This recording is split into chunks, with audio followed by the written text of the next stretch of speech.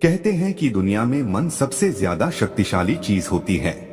अगर किसी चीज को तुम पूरे मन से चाह लो तो तुम उसे हासिल कर सकते हो। ये मैं नहीं कहता, ये सभी महापुरुषों का कहना है। लेकिन अगर ये सत्य है, ये सच है, तो जो हम अपने मन से चाहते हैं वो हमें हासिल क्यों नहीं होता है। भाई, कोई भी इंसान अपने मन में दुख तो नहीं चाहेगा, लेकिन वो रहता तो दुखी है। हर इंसान अपने मन से तो कामयाब होना चाहता है, खूब पैसा कमाना चाहता है, लेकिन फिर भी वो कामयाब नहीं होता। भला ऐसा दुनिया में कौन इंसान होगा जो अपने मन में ये चाहेगा कि मैं नाकामयाब रहूं या मैं पैसा ना कमाऊं। सोचने की बात है। तो इसमें दो चीज निकल कर के सामने आती है, या तो वो महापुरुष गलत है जिन्होंने ये बात बोली कि मन से चाही हुई चीज हासिल हो जाती है, या फिर हम गलत हैं। आज की कहानी जो मैं आपको सुनाने वाला हूँ उसमें आपको एक ऐसा मंत्र मिलेगा। उसे समझने के बाद आपको एक ऐसा मंत्र पता चलेगा जिससे ये समझ पाएंगे कि अपने मन से कोई भी चीज कैसे करवाई जाती है, मन में किसी भी बात का बीज कैसे बोया जाता है। ये इस कहानी से आपको अच्छी तरह से समझ में आ जाएगा और इससे आप ये भी समझ पाएंगे कि आकर्षण का नियम, लॉ ऑफ अट्रैक्शन, कैसे काम करता है। कहानी छोटी सी है लेकिन बहुत ही गहरी है। इससे पहले कि आप इस कहानी में खो जाएं, इस चैनल को सब्सक्राइब जरूर कर ले। तो चलिए कहानी शुरू करते हैं। एक बार की बात है, एक आदमी के जीवन में सिर्फ दुख ही दुख थे। वो जो भी काम करता उस बेचारे का वो काम पूरा ही नहीं होता। घर में आता तो घर में क्लेश बना रहता, किसी से कोई मदद मांगता तो कोई उसकी मदद नहीं करता। ऐसा लगता था कि चारों ओर से दुखों का पहाड़ उसी पर टूट पड़ा है। उसे समझ नहीं आ रहा था कि मैं इन दुखों से पार कैसे पाऊं। वो दिन रात यही सोचता रहता कि अपने दुखों से छुटकारा कैसे पाना है। इसी कारण से वो रात में सो भी नहीं पाता था। उसकी आंखों के नीचे बड़े बड़े काले घेरे बन गए थे, जो इस बात का प्रतीक थे कि वो आदमी कितना दुखी है और कितना चिंतित है। कभी कभी तो उसके मन में आत्महत्या करने के भी ख्याल आते थे, लेकिन अपने परिवार की चिंता करके वो ये कदम नहीं उठा पाता था। वो इतना दुखी हो गया कि उसने निर्णय किया कि वो इन दुखों से छुटकारा पाकर रहेगा। इसके लिए चाहे उसे कितनी भी मेहनत करनी पड़े, कुछ भी करना पड़े, चाहे अंगारों पर चलना पड़े, लेकिन इन दुखों से छुटकारा हासिल करके रहेगा। ऐसे ही एक दिन उसने अपने मित्र से पूछा कि मैं अपने जीवन को कैसे सुधारूं। उसके मित्र ने उसे बताया कि तुम किसी बाबा के पास जाओ। बाबाओं के पास ऐसा मंत्र होता है जिससे सारे दुख मिट जाते हैं, जीवन खुशियों से भर जाता है और धन संपदा भी हासिल हो जाती है। तुम किसी ऐसे बाबा को ढूंढ लो, बस तुम्हारा काम बन जाएगा।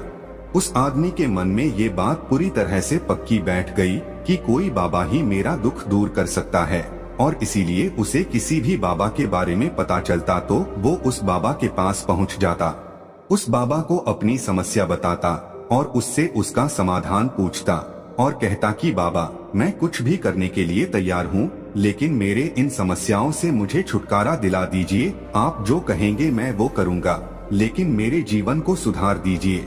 बाबा उसे कुछ टोने टोटके बता देते करने के लिए, और बदले में दान दक्षिणा ले लेते थे कि ये टोना टोटका करने के बाद तुम्हारे घर में सुख शांति बनी रहेगी, बस इस टोटके को पूरी विधि के साथ करना। वो आदमी घर लौटकर पूरी विधि के साथ टोने टोटके करने लगा, लेकिन बहुत टोने टोटके करने के बाद भी उसके जीवन में कुछ बदलाव नहीं आया। इसके विपरीत उसका जीवन और ज्यादा दुखी हो गया। जो भी बाबा उसे टोना टोटका देता था वो बदले में उसे दान दक्षिणा लेता था, जिससे उसका धन भी धीरे धीरे खत्म हो रहा था। इससे उसके जीवन में दुख और ज्यादा बढ़ गए। तब उसे लगा कि बाबाओं के पास जाने से तो मेरे जीवन में दुख कम होने की बजाय बढ़ते ही जा रहे हैं, तो मुझे क्या करना चाहिए? बाबाओं के पास जाऊं या ना जाऊं? फिर एक दिन एक आदमी ने उसे बताया कि तुम अपने घर में किसी पंडित को बुलाकर हवन करवा लो, हवन होगा घर शुद्ध हो जाएगा। कोई भी बुरी ऊर्जा होगी घर में तो वो घर से बाहर चली जाएगी। किसी पंडित को बुलाकर पूरे विधि विधानों से मंत्र उच्चारण कराओ और हवन करो, जिससे घर में सुख शांति आए। उस आदमी के मन में ये बात बैठ गई और उसने एक पंडित को अपने घर पर बुलाकर हवन करवा दिया। हवन अच्छी तरह से संपन्न हुआ। बदले में पंडित ने भी अच्छी दान दक्षिणा ली और उसके बाद वहां से विदा हो गया। लेकिन कुछ दिनों के बाद उस आदमी को महसूस हुआ कि उसके जीवन में अब कोई बदलाव नहीं आया है। अब वो आदमी पूरी तरह से दुखी हो गया और ज्यादा परेशान हो गया। अब तो उसे लगने लगा था कि मेरे जीवन में से दुख कभी खत्म ही नहीं होंगे, और यही सोच सोच कर उस आदमी का बड़ा बुरा हाल हो गया था। फिर एक दिन उसे अपने मित्र से एक ऐसे बाबा के बारे में पता चला जो समाधान बताने के लिए कोई दान दक्षिणा नहीं लेता था। उस आदमी को लगा कि ये बाबा दूसरे बाबाओं की तरह नहीं हो सकता, क्योंकि ये दान दक्षिणा तो लेता ही नहीं, और अगर दान दक्षिणा नहीं लेता तो ये सच में कोई सिद्ध बाबा होगा, और यही सोचकर उस बाबा के पास पहुंच जाता है। जब वो आदमी वहां पर पहुंचता है तो वो बाबा ध्यान में बैठे हुए थे। ये देखकर वो आदमी वहीं पर चुपचाप बैठकर ध्यान से बाहर आने का उनका इंतजार करने लगा। थोड़ी देर बाद बाबा ने आंखें खोली तो सामने एक दुखी और परेशान युवक को बैठे देखा। वो उसकी आंखों के नीचे काले घेरे देखते ही समझ गया कि ये आदमी अपने जीवन से कितना परेशान है। उसे संबोधित करते हुए बाबा ने पूछा कि बच्चा, क्या चाहते हो? बाबा के पास क्या लेने आए हो?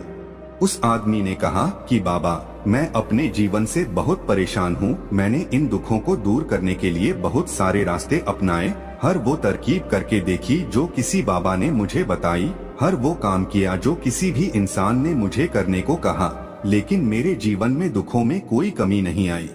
बाबा, इसके विपरीत मेरे जीवन में दुखों में बढ़ोतरी हो गई। मुझे समझ नहीं आ रहा है कि मैं क्या करूं। कभी कभी तो मैं आत्महत्या करने की सोचता हूं, लेकिन अपने परिवार की सोचकर मैं ये कदम नहीं उठा पाता। मैंने आपके बारे में बहुत सुना है बाबा, और मैं बहुत उम्मीद के साथ आपके पास आया हूँ। कृपया करके मुझे कोई ऐसा मार्ग बताएं जिससे मुझे अपने दुखों से छुटकारा मिल जाए। मैं अपने दुखों से छुटकारा पाने के लिए कुछ भी करने को तैयार हूँ। आप मुझे कोई भी रास्ता बताएं, चाहे वो रास्ता कितना भी कठिन क्यों ना हो, मैं उसको पार करके रहूंगा। बाबा ने महसूस किया कि आदमी तो सच में बहुत परेशान है। बाबा ने उसकी बात सुनकर कहा कि बच्चा, दुखों को दूर करने के लिए मंत्र ऐसे ही नहीं मिलते। मंत्र पाने के लिए कुछ करना पड़ता है। तुम कुछ कर सकते हो। ये सुनकर पहले तो उस आदमी ने सोचा कि ये बाबा भी मुझसे दान दक्षिण ही मांगेंगे, लेकिन और कोई रास्ता ना पाकर उस आदमी ने कहा कि बाबा, आपको जितनी भी दान दक्षिणा चाहिए मैं देने के लिए तैयार हूँ, लेकिन आपका मंत्र सच्चा होना चाहिए, वो पूरा होना चाहिए, उसका फल मुझे मिलना चाहिए। उसके बाद आप जो भी दान दक्षिणा लेना चाहते हो वो दे दूंगा। बाबा ने कहा कि दान दक्षिणा तो बहुत छोटी सी चीज है, मुझे वो नहीं चाहिए। इस पर वो आदमी सोच विचार करके बोला, तो बाबा, मैं अंगारों पर भी चलने के लिए तैयार हूँ, आप मुझे बस आज्ञा दीजिए। बाबा ने कहा कि अंगारों पर चलने वाली छोटी चीज मैं तुमसे नहीं कराने वाला। मैं जो तुमसे कराने वाला हूँ वो बहुत कठिन मंत्र है, उसे पूरा कर पाओगे? उस युवक ने कहा कि बाबा, आप मुझे बताइए तो सही, मुझे करना क्या होगा? मैं कुछ भी करने को तैयार हूँ। इस पर बाबा ने उसे कहा कि यहाँ से जब तुम अपने घर जाओ तो रास्ते में अपने मन में ये दोहराते जाना कि मैं सुखी हूँ, मैं सुखी हूँ, मैं सुखी हूँ। बार बार अपने मन में यही दोहराना, और याद रहे जुबान पर ये नहीं आना चाहिए, ये सिर्फ मन में दोहराना है। ये सुनकर वो आदमी बोला, बाबा, बस इतनी सी बात, ये तो मैं चुटकी बजाकर कर लूंगा, लेकिन इससे होगा क्या? बाबा बोले कि इस मंत्र को करके देखो। वैसे भी तुमने इतने बाबाओं के मंत्र किए हैं, तो इस मंत्र को भी करके देख लो। उस आदमी ने सोचा कि बाबा कुछ दान दक्षिणा तो ले नहीं रहे, और छोटा सा मंत्र है, इसे तो मैं कर ही लूंगा। वो बोला, ठीक है बाबा, मैं ये मंत्र जरूर करूंगा। वो आदमी ये कहकर वहां से उठकर चलने लगा, लेकिन जैसे ही वो चलने लगा पीछे से बाबा ने बोला कि बच्चा, एक बात याद रखना, जब तुम यह मंत्र अपने मन में दोहराओ तो तुम्हारे मन में बंदर के विचार नहीं आने चाहिए, बंदर का ख्याल भी नहीं आना चाहिए, तो ही ये मंत्र सिद्ध होगा। वो आदमी बोला, मुझे तो आज तक बंदर का कोई विचार नहीं आया, तो अब क्यों आएगा? आप चिंता मत करिए बाबा, मैं बस मन में यही दोहराता रहूंगा कि मैं सुखी हूँ, मैं सुखी हूँ। इसके अलावा बंदर का कोई विचार मेरे मन में नहीं आएगा। ये कहकर वो आदमी वहां से चल दिया। वो अपने मन में मैं सुखी हूँ, मैं सुखी हूँ, ये दोहराता हुआ थोड़ी दूर ही चला था कि उसके मन में अचानक बंदर का ख्याल आ गया। बंदर का ख्याल एक बार आया और चला भी गया, लेकिन उस आदमी ने सोचा कि आज तक तो मुझे बंदर का कोई विचार नहीं आया, ये आज बंदर का विचार क्यों आ गया। और ऐसे करके उसने उस बंदर के विचार को पकड़ लिया। वो ये भूल गया कि मुझे क्या मंत्र दोहराना है और वो बंदर के बारे में सोचने लगा। जब थोड़ी देर बाद उसे फिर से होश आया तो वो फिर से अपना वही मंत्र दोहराने लगा जो बाबा ने उसे बताया था, मैं सुखी हूँ, मैं सुखी हूँ। लेकिन अचानक से उसे सामने एक बंदर दिखाई दिया और ये देखकर उसके मन में फिर से बंदर का विचार उठ गया और वो अपने अंदर से इस विचार को बाहर फेंकना चाहता था। वो चाहता था कि मेरे अंदर किसी भी तरह बंदर का विचार ना आए, लेकिन उसे तो सामने बंदर ही दिखाई दे गया। ऐसे ही जद्दोजहद करते करते वो घर पर पहुंचा और घर पर पहुंचने के बाद अपनी पत्नी को कहा कि हे बंदरिया, मुझे खाने में बंदर परोस दो। और जब उसे एहसास हुआ कि उसने क्या बोल दिया तो वो अपने बाल नोचने लगा। वो दीवारों में सर मारने लगा कि आज तक मुझे बंदर का कोई विचार नहीं आया और आज मुझे ये क्या हो गया है कि मुझे हर जगह बंदर ही बंदर नजर आ रहे हैं। ये कैसी माया है। यही सोच सोच कर वो आदमी रात भर सो नहीं पाया। रात भर करवटें बदलते रहा और सुबह उठकर सीधे उसी बाबा के पास पहुंच गया और उसके चरणों में गिरकर कहा कि बाबा, पता नहीं क्या चमत्कार हो रहा है। आज तक मुझे बंदर का कोई विचार नहीं आया, लेकिन कल से जब से आपने मुझे कहा कि बंदर का विचार नहीं आना चाहिए, तब से मुझे हर जगह बंदर ही बंदर नजर आ रहे हैं। उस आदमी ने कहा कि बाबा, मुझे तो आपके पीछे पेड़ पर बैठा हुआ बंदर भी केले खाता हुआ दिखाई दे रहा है। ये हो क्या रहा है बाबा। ये सुनकर बाबा हंसने लगे। बच्चा, मन का जाल एक ऐसा जाल है जिसे समझ पाना इतना आसान नहीं है। बंदर तो तुम्हारे रास्ते में पहले भी आते थे। जब तुम मेरे पास आए थे तो इन्हीं पेड़ों पर ये बंदर घूम रहे थे, लेकिन तब तुम्हारे ध्यान में ये बंदर नहीं था। तब तुम्हारे ध्यान में सिर्फ अपने दुख थे। इसके बाद बाबा ने उसे बताया कि बच्चा, हम जिस चीज से भी दूर भागना चाहते हैं वही चीज हमारे मन में बहुत गहरे में प्रविष्ट हो जाती है। वो हमारे अंतर्मन में समा जाती है। असल में हम जिस चीज से भी छुटकारा पाना चाहते हैं उससे छुटकारा इसीलिए पाना चाहते हैं कि वो हमारे साथ बहुत गहरे से जुड़ी हुई है, और हम जितना ही उससे छुटकारा पाना चाहते हैं वो उतनी ही गहरी हमारे मन में बैठती चली जाती है और आखिरकार वो हमारे अंतर्मन में छा जाती है। ऊपर से तो हम चाहते हैं सुखी होना, कि मैं सुखी हूँ, सुखी हूँ। हमारे होंठ भी बोलते रहते हैं, लेकिन हमारे मन में दुख समाये होते हैं। हमारे विचारों में, हमारे मन में हमें दुख ही दुख दिखाई देते हैं। इसीलिए अपनी जुबान से बार बार ये बोलने से कि मैं सुखी हूँ, मैं सुखी हूँ, हम सुखी नहीं होंगे जब तक ये मंत्र हमारे अंतर्मन में प्रविष्ट नहीं होगा। इस पर उस आदमी ने पूछा कि बाबा, लेकिन ये मंत्र हमारे अंतर्मन में प्रविष्ट कैसे होगा। ये सुनकर बाबा ने कहा कि बच्चा, अपने दुखों से लड़ना बंद कर दो। जब तक तुम अपने दुखों को दूर करने की सोचते रहोगे तब तक वो दुख तुमसे छिपकर रहेंगे, तब तक वो दुख तुम्हारे अंतर्मन पर अपना राज जमाए बैठे रहेंगे। और जिस दिन तुम उन दुखों के बारे में सोचना ही छोड़ दोगे, उन दुखों से छुटकारा ही नहीं पाना चाहोगे, उसी दिन से तुम्हारी जिंदगी से दुख गायब हो जाएंगे। क्योंकि किसी भी चीज से छुटकारा पाने के लिए हमें उस चीज के बारे में सोचना पड़ता है, और हम जितना ही उस चीज के बारे में सोचते हैं वो उतनी ही गहरी हमारे मन में प्रविष्ट होती चली जाती है। हम अधिकतर समय दुखों के बारे में ही सोचते हैं। हम यही सोचते हैं कि हमारे जीवन में दुख है और हमें इससे छुटकारा पाना है।